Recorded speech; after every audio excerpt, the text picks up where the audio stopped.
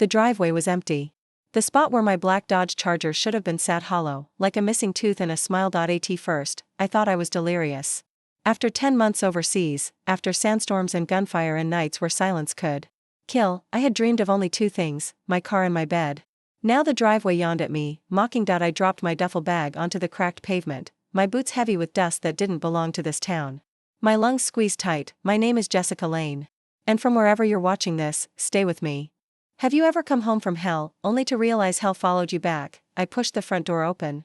The house smelled faintly of beer and sweat, my brother's calling card. Inside, boxes were scattered, furniture rearranged, as if the place had been ransacked. Caleb. I called, my voice cracking, from the couch. He looked up, beer in hand, wearing that careless smirk I'd once defended to everyone. Jess, you're back early. My car, I whispered. Where is it? His shrug was slow, almost rehearsed. Oh. Yeah. About that. I needed quick cash. Sold it. The world didn't just tilt, it caved. My knees buckled, my throat burned. This was the car Dad and I rebuilt together, the last thing he left behind before the cancer took him. It wasn't just metal. It was memory. You sold it? My voice broke into shards. He took a long pull from his beer, never blinking. Relax. You'll get another. I used the money to cover rent, keep the lights on. You should be thanking me. My vision blurred red. Caleb, that was my car. My name's on the title. You had no right. Jess, he said, as if I were a child throwing a tantrum, you were gone. Someone had to handle things. Don't be so dramatic. Gone. Deployed. Fighting for a paycheck he never earned. And he sold my car like it was a spare couch. My heart thundered, hands trembling against the frayed strap of my duffel. Before I could spit fire, before I could break the beer bottle across the table, there was a knock at the door. Caleb frowned, stood, and opened it. A woman stepped in. Mid-30s, crisp blazer over jeans, her hair pulled back like she meant business. She carried a folder in one hand, car keys in the other. Her eyes flicked to me, then to Caleb. I'm the buyer, she said. Her voice was steady, deliberate. And also a military lawyer. Caleb froze, the cocky grin draining off his face. She held the keys like a weapon. Selling a deployed soldier's property is, she paused, letting the silence press down like a boot on his throat. Fraud. Federal fraud. The room cracked open, and just like that, my brother's betrayal was no longer a family wound. It was a war. The room went silent, except for the fizz of Caleb's half-finished beer. He set it down too quickly, the amber liquid sloshing onto the carpet. Fraud, he scoffed, but his voice cracked. Come on. It's not that serious. The woman's eyes pinned him like a nail. You forged her signature. You sold military property while your sister was deployed. That's theft, identity fraud, and exploitation of a service member. I don't think you realize how serious it is. My chest heaved. Every word she spoke was like oxygen after drowning. For the first time since stepping into the empty driveway, I felt something besides despair. I felt justice sharpening its teeth. Caleb rubbed the back of his neck. Look, I was just trying to make ends meet. Jess knows I've been struggling. Struggling? My voice cut the air. I stepped closer, boots heavy on the stained carpet. I sent money home every month, Caleb. Half my paychecks. Where the hell did it go? His eyes darted, guilty, cornered. Bills. Rent. Stuff you wouldn't understand. The woman tilted her head, unimpressed. Or was it beer and poker nights? Maybe the tabs at the rusted nail bar? Caleb's face blanched. How do you? She smiled faintly, like a lion before the kill. Military lawyers investigate before we knock on doors. And just so you know, I didn't come here to negotiate. I came here to return what doesn't belong to you. She held out the keys. To me. My hand shook as I took them, the metal cool against my palm. The sound was louder than any applause, louder than gunfire, the sound of something stolen being restored. But she didn't stop there. She opened her folder, flipping it toward Caleb. This is a notice. If Jessica wants, we can press federal charges. Prison time. Fines. A dishonor you'll never crawl out from. His jaw worked soundlessly. The smirk, the arrogance, it all melted. For once, Caleb looked small, but my fury was a storm, not satisfied with drizzle. Why? My voice was barely a whisper, but it cut sharper than glass. Why would you do that to me? To Dad's memory? He couldn't look at me. He just stared at the beer bottle sweating on the table. The woman closed her folder. Jessica, this is your choice. We can handle this legally, or you can handle it personally. Her words hung there, an open door into fire. I thought of the Charger, rebuilt with my father's rough hands guiding mine. I thought of nights in the desert, clutching a rifle and wondering if I'd live long enough to drive it again. And I thought of my brother, blood of my blood, who pawned it for quick cash and beer foam. I'll handle it, I said, my voice steady, cold. The lawyer studied me, then nodded slowly, like she'd seen that fire before in other soldiers' eyes. Then I'll step aside. She turned, leaving as swiftly as she'd appeared, the door shutting behind her like a gavel. Caleb swallowed hard. Jess, come on. Don't look at me like that. But I did. And in that silence, something between us died. I wasn't just his sister anymore. I was his reckoning, and reckoning doesn't forgive. The silence after she left was suffocating. Only the tick of the old wall clock filled the air, counting down the seconds until I broke. I stared at Caleb, really stared. His face was pale, his hands twitchy. He wasn't just guilty, he was hiding something. Where's the money? I asked. He blinked fast, feigning confusion. I told you, Jess, rent, bills, don't lie to me. My voice snapped like a whip. I've lived on $2,100 a month in a desert, eating meals out of a pouch. Don't tell me you couldn't keep this house afloat with twice that. Where did it go? His eyes darted to the side, to the drawer near the TV stand. Too quick. My training overseas had taught me to read tells, every twitch, every breath. He just gave himself away. I walked over, pulled the drawer open. Stacks of receipts tumbled out. Not rent. Not utilities. Casinos. Bars. Online betting apps. Thousands poured into black holes of his vices. My stomach twisted. You burned through everything. Everything I sent.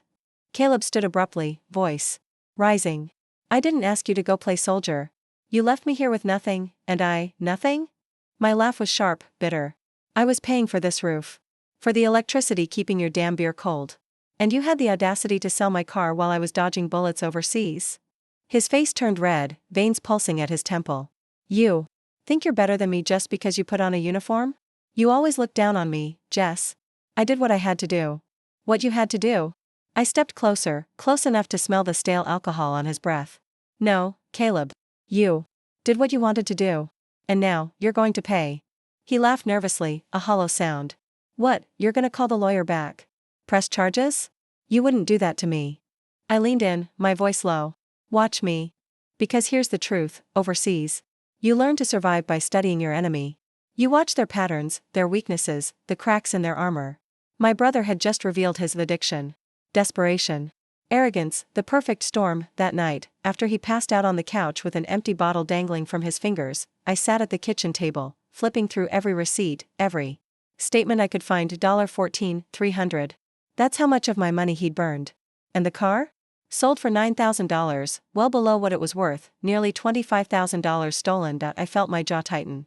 In combat, we had a phrase, hold your fire until the whites of their eyes. I wasn't going to waste bullets, not literal, not legal, not emotional. I was going to wait. Watch. Strike when he never saw it coming, because this wasn't just about the car anymore. This was about every dollar I bled for, every letter I sent that he ignored, every night I prayed he'd take care of the one thing left of Dad, and instead, he sold it like trash. Caleb thought the lawyer leaving meant I'd chosen mercy, but what I'd chosen was war, and in war, you don't just fight to win. You fight to make sure your enemy never forgets. The next morning, I made him breakfast. Eggs, bacon, toast, the smell of normalcy drifting through a house that was anything. But Caleb shuffled in, bleary-eyed, scratching his jaw. What's this? Peace offering, I said lightly, sliding a plate across the table. My voice was steady, casual. The voice I'd used in interrogation tents when luring men to talk. He raised an eyebrow, suspicious, but hunger overruled caution. He ate fast, wolfish, like he hadn't seen a meal in days. I sat opposite him, sipping coffee, studying him like a soldier studies terrain. Every weakness stood out, the tremor in his hands, the sweat on his forehead, the way he couldn't look me in the eye. Addicts were predictable. Addicts were fragile. And fragile things break easy. I was thinking, I said softly, maybe. You're right. Maybe I shouldn't have left you here to deal with everything alone. His chewing slowed. You mean that? I nodded. Of course. You did what you thought was best. Maybe I overreacted. His shoulders loosened, the tension bleeding out. He wanted to believe me. He needed to believe me. Yeah, he said, smirking faintly. See? You get it now. I smiled back, though inside, the fire raged hotter. He thought he'd won me over. He thought I was folding. That was the beauty of it. Because when a man lowers his guard, he doesn't see the knife sliding in. Over the next week, I played my role. I laughed at his jokes, handed him cash for groceries, pretended I was letting go. Meanwhile, I was documenting everything, every receipt, every withdrawal. Every lie he told about where he'd been when I knew the truth. I followed him sometimes, parking my Charger 2 blocks down while he stumbled into casinos and back alley card games. I snapped photos, collected timestamps, built a portfolio of his self-destruction, and I made sure to fuel it. A $100 bill left, accidentally, on the counter. An offer to cover his tab, just this once. Every dollar I gave him was bait. Every bill a rope tightening around his neck. He bragged one night, drunk and sloppy, about a hot streak he was on. Tripled my money at blackjack. You wouldn't believe how easy it is. I smiled, poured him another shot, and asked him to tell me more. The more he bragged, the more rope I had, but the best trap wasn't money. It was trust. I let him drive my Charger once. Just around the block, I said, tossing him the keys. His eyes lit up like a child's, and for a moment I saw the boy I grew up with, the one who used to steal Dad's tools just to watch me chase him. But boys grow into men, and men like Caleb rot. He came back from that drive grinning ear to ear. Man, I missed this car. I felt alive again. Good. I wanted him to feel alive, because soon, I was going to take that feeling away, piece by piece, until all that was left was ashes. That night, as he snored on the couch, I stood over him, studying his slack face. You sold my car once, I whispered. You won't sell me twice. And in the silence, I promised myself, I wasn't just going to beat him. I was going to dismantle him. The night I struck the first blow, Caleb never saw it coming. It started small, subtle.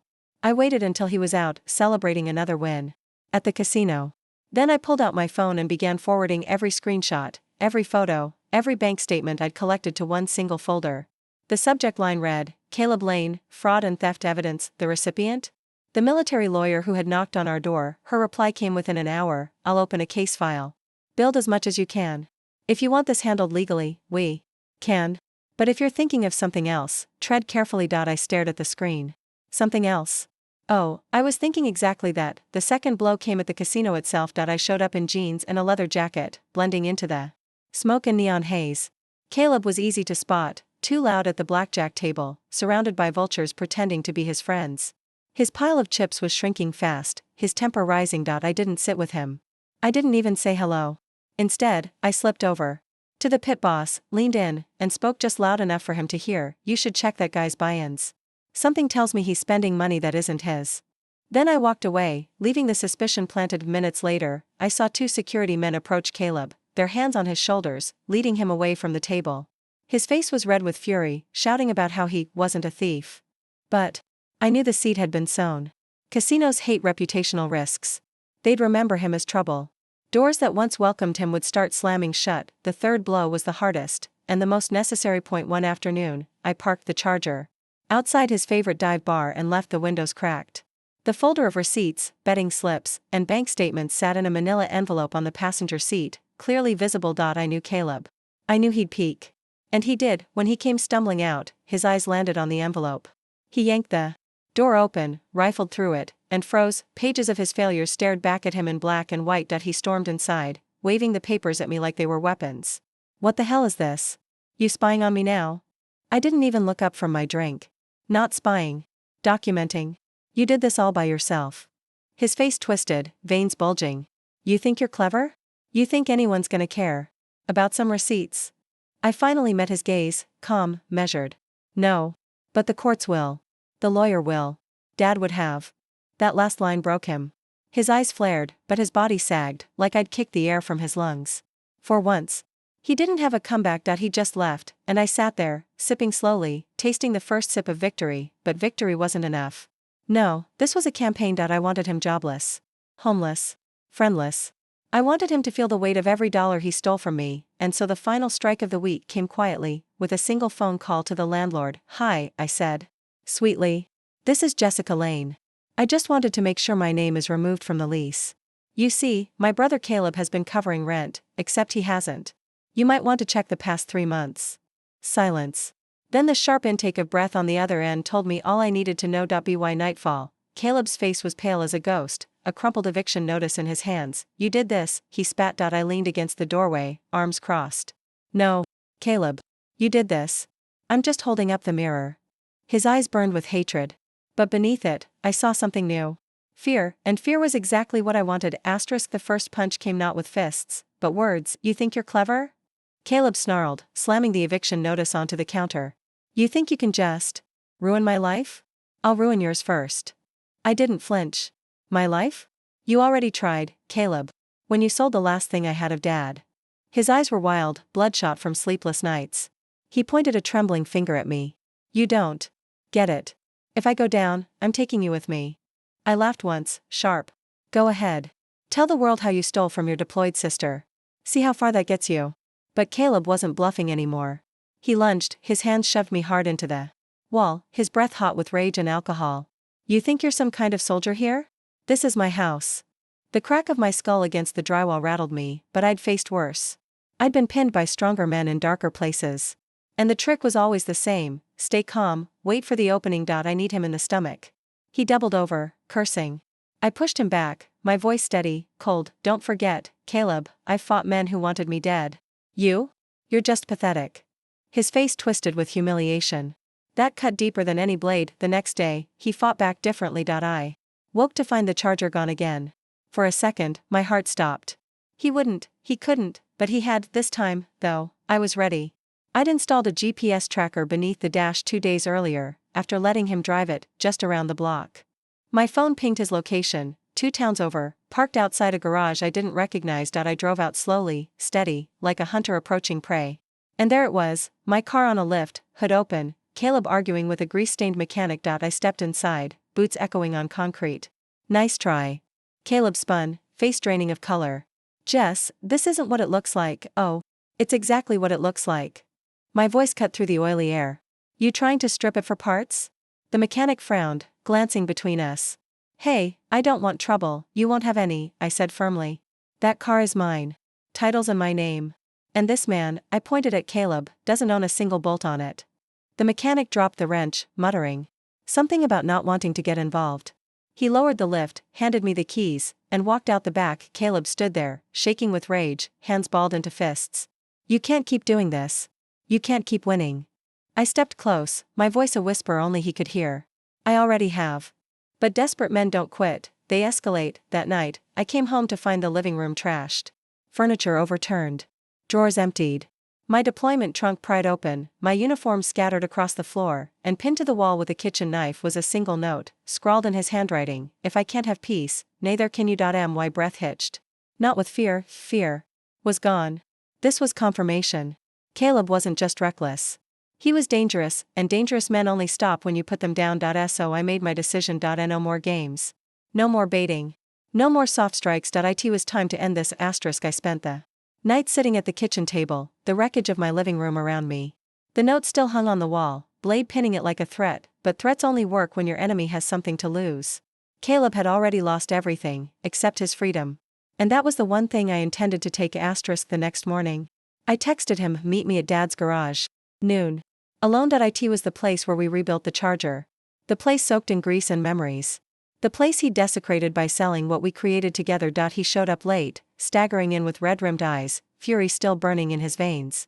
What, you want to play family again? Talk about old times? I leaned against the charger, calm. No, Caleb. I want to give you a choice. His laugh was sharp, jagged. Choice? What kind of choice? I pulled out the folder, thicker now, bursting with receipts, photos, timestamps. I dropped it onto the hood with a thud. This is everything. Every dollar you stole. Every bet you placed. Every lie you told while I was bleeding overseas. This, I tapped the folder, is enough to bury you. His jaw clenched. So what? You hand it to the lawyer, I go to prison? Is that what you want? I stepped closer, lowering my voice. What I want is justice. What I want is for you to feel what I felt when I saw that empty driveway. What I want, my hands curled into fists, is for you to understand that you can't steal from blood and walk away clean. For a moment, something flickered in his eyes, fear, maybe regret, but it was gone just as quick. You wouldn't do it. You don't have the guts. I smiled. Slow. Cold. The smile I'd worn under a helmet, waiting for the enemy to step into range. You're right, I said softly. I don't have the guts. His grin spread, until I held up my phone, thumb hovering over the screen, but she does. On speaker, the military lawyer's voice cut through the air. Mr. Lane? This is the Army's Judge Advocate General Office. We've been reviewing evidence regarding fraudulent sales and theft from an active duty soldier. I advise you to cooperate immediately. Caleb's face drained, his mouth opening and closing like a fish. I watched him unravel, watched the arrogance bleed out of him. Jess, don't, please. The sound of him begging was almost sweet. But sweet wasn't enough. You had your choice, Caleb, I said, sliding the folder back into my bag. And you made it every time you stole, every time you lied, every time you betrayed Dad's memory. This isn't me doing it to you. This is you doing it to yourself. The line clicked off. The trap was sprung. He stumbled back, shaking his head, muttering curses that sounded more like prayers. You're not my sister anymore. I turned the key in the Charger's ignition, the engine roaring alive. You're right. I'm not. I'm your executioner. And I drove away, leaving him in the dust of the very car he once sold. The hardest part about war isn't the gunfire. It isn't the fear. It isn't even the blood. It's coming home and realizing the war followed you. I'd faced enemies with rifles and bombs, but nothing had prepared me for betrayal under my own roof. My brother wasn't a stranger in a desert. He was blood. And blood, when it turns against you, cuts the deepest. I thought, maybe, the military lawyer would handle it. That justice would follow a neat path, evidence, charges, courtrooms. But Caleb wasn't going down neat. He was fire spilling over the edges, smoke choking everything he touched, and I had promised myself, I wasn't going to just win. I was going to make him remember. The days after the confrontation at the garage stretched into a slow spiral. Caleb avoided me, slinking like a wounded animal. He'd stay out until dawn, return reeking of booze, then lock himself in his room. But I wasn't fooled. He wasn't hiding. He was plotting, and so was I. Every soldier knows, never wait for the enemy to strike first. I called the lawyer. Her name was Claire, I finally asked. He's unraveling, I told her. How do we make it official? Jessica, you've given us enough, she said, her voice measured. With the documents, the forged signature on the car title, the stolen funds, it's airtight. If we press forward, he'll be arrested. Federal prison time is likely. Prison. Bars. A record stamped across his life. It should have felt like victory. But I didn't feel peace. Not yet, because courtrooms are quiet, sterile. They don't burn. And I wanted Caleb to feel fire. Do it, I told her, are you sure? Once this begins, there's no turning back. I thought of Dad, of his grease-stained hands guiding mine under the hood of the Charger. I thought of his cough, his slow fading, his voice when he whispered, take care of your brother. He needs you. And then I thought of Caleb, trading Dad's memory for a stack of chips and a shot of whiskey. I'm sure, I said. The arrest came 3 nights later. I heard the sirens before Caleb did. Red and blue lit up the windows. He stumbled out of his room, panicked, eyes wide. What the hell's going on? Caleb Lane, a voice barked from the porch. He froze. Then his gaze snapped to me. You called them. I didn't deny it. I warned you. The front door burst open, officers flooding in, voices sharp and commanding. Caleb fought, of course he did. Cursing, kicking, his face red with rage. But they pinned him fast, metal cuffs clamping around his wrists. As they dragged him out, he twisted, screaming at me. You're not my sister. You're nothing but a traitor. I stood in the doorway, calm, watching the flashing lights paint his face. No, Caleb, I whispered, though I knew he couldn't hear me. You were the traitor. The cruiser door slammed, swallowing him whole. But here's the thing about justice, legal justice, anyway. Its slow months dragged on. Hearings, motions, continuances. Caleb sat in county holding, then out on bail, then back inside after violating terms. He spiraled, clawing for escape, but the walls were closing in, and I was free to breathe. Or so I thought, because freedom doesn't feel like silence. It feels like emptiness. Everywhere I went, I saw ghosts. Dad in the garage, handing me a wrench. Mom, long gone, laughing in the kitchen. Caleb as a boy, chasing me through the yard, our laughter rising into summer air, and then, Caleb as a man, selling my car, burning my money, pinning me against the wall with his hands around my shoulders. The past bled into the present. My chest felt heavy with it. Justice was coming. But closure? That was something else. The trial date arrived on a gray morning. I wore my dress uniform, pressed, perfect, medals catching the courthouse lights. Not for pride. For power. When Caleb was let in, shackled, he looked smaller. His hair greasy, eyes hollow, his body thinned from jail food. For a moment, my heart clenched, because I remembered the boy, but then I remembered the man. The prosecution laid it out clean: fraudulent sale of military property, forged documents, theft exceeding $20,000. They called me to the stand. Specialist Jessica Lane, the prosecutor said, can you tell the court what you discovered upon returning from deployment? I took a deep breath. I discovered that the car my late father and I rebuilt together, the only thing I had left of him, was gone. Sold by my brother while I was serving overseas. Gasps rippled through the room. Caleb squirmed in his seat. Did he have permission to sell it? No. Did you authorize the use of your funds, which he also spent? No. I looked directly at him. He betrayed me. He betrayed our father's memory. And he betrayed this country by exploiting a deployed soldier. My words landed like hammer strikes. When Caleb was asked to speak, he rambled about desperation, about bad luck, about me thinking I was better than him. His voice cracked. His excuses spilled like broken glass, sharp but empty. The judge wasn't moved. Caleb Lane, the gavel fell. You are sentenced to 3 years in federal prison, with restitution of $23,300 to your sister, Specialist Lane. Gasps again. Caleb's face twisted in disbelief, fury, and something else, fear. As the guards led him away, his eyes found mine. Jess, please, don't let them do this, but I didn't move. I didn't speak. I only watched as the doors closed behind him. 3 years, some would call that mercy. For me, it was enough, because prison strips a man of everything he clings to. His vices. His arrogance. His freedom. And when he walks out, the world won't welcome him. Employers will turn him away. Friends will vanish. He'll carry the mark forever, and me? I'll drive the Charger. Every mile will remind me of the cost. Every mile will remind me that justice, when it comes, is never clean, but it is final. The day I got the restitution check in the mail, I didn't cash it. I folded it once, slipped it into Dad's old toolbox in the garage. Money couldn't fix what was broken. But as I slid into the driver's seat of the Charger, leather creaking beneath me, engine rumbling alive, I felt Dad's ghost in the passenger seat. You did good, Jess, I imagined him saying. You held the line. And maybe I did, but the truth? Revenge doesn't heal. It scars. Every night, I still hear Caleb's voice. The laughter when we were kids. The venom when he said I wasn't his sister.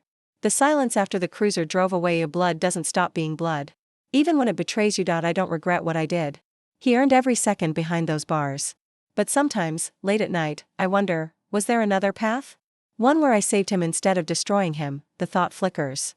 Then I remember the knife in the wall, the note he left, the way he pinned me, the way he smirked when he said he sold my car.no. There was no other path. Some enemies you save. Others you bury. Caleb buried himself the day he chose greed over family. I just made sure the dirt stuck. When people ask me now, what happened? I tell them the truth, in pieces. A car. A betrayal. A courtroom. A sentence, but the full story? That lives here, in my chest, heavy as steel, because betrayal doesn't fade. It brands you, and yet, there's power in surviving it.so. If you're listening, from wherever you are, hear me, never let betrayal hollow you. Never let it steal what you bled for. Stand tall. Hold the line, because sometimes justice isn't a courtroom. Sometimes justice is a sister who refuses to bow. And me? I refused. I am Jessica Lane. I came home from war to find the enemy lived in my house. Now he lives behind bars.